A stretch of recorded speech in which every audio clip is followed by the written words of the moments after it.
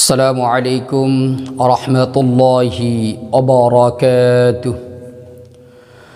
نحمده ونصلي على رسوله الكريم. أما بعد فأعوذ بالله من الشيطان الرجيم. بسم الله الرحمن الرحيم. وننزل من القرآن ما هو شفاء ورحمة للمؤمنين. صدق الله المولانا العظيم. সম্মানিত দিনী ভাই ও বোনেরা, তো আপনারা সকলেই কেমন আছেন? আশা করি আল্লাহ সুবহানাহু ওয়া তাআলার রহমতে সকলেই ভালো আছেন। আমিও আল্লাহ সুবহানাহু ওয়া তাআলার রহমতে খুবই ভালো আছি, আলহামদুলিল্লাহ। সম্মানিত দিনী ভাই ও বোনেরা, তো আজকে আপনাদের মাঝে একটি চমৎকার আমল নিয়ে আসলাম।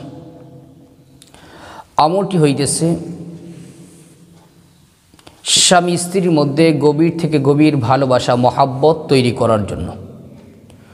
প্রত্যেকটা ফ্যামিলির ভিতরে দেখা যায় বর্তমান স্বামী স্ত্রীর মধ্যে মহাব্বত নাই, দূরত্ব হয়ে গেছে সম্পর্ক। যে একটা স্বামী স্ত্রীর মধ্যে মধুর সম্পর্ক থাকার কথা সেটা থাকতেছে না। তাহলে এর জন্য আমাদের কি করণীয়?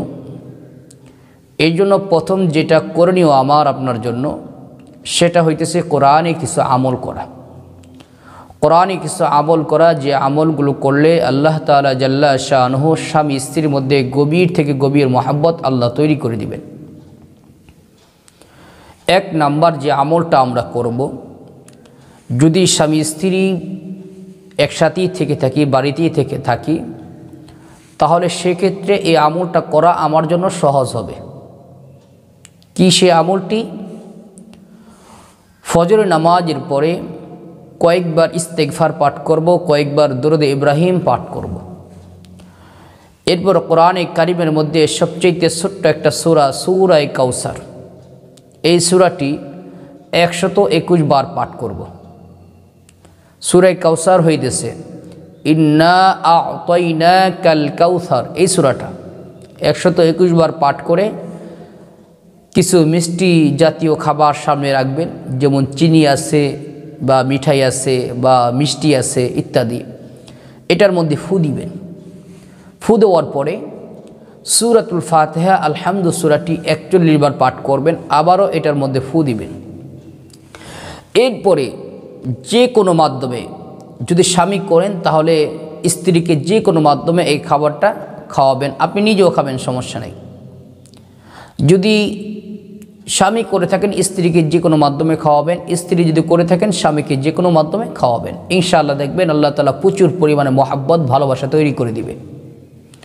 2 নম্বর, যারা দূরে থাকেন এরা কি করবেন?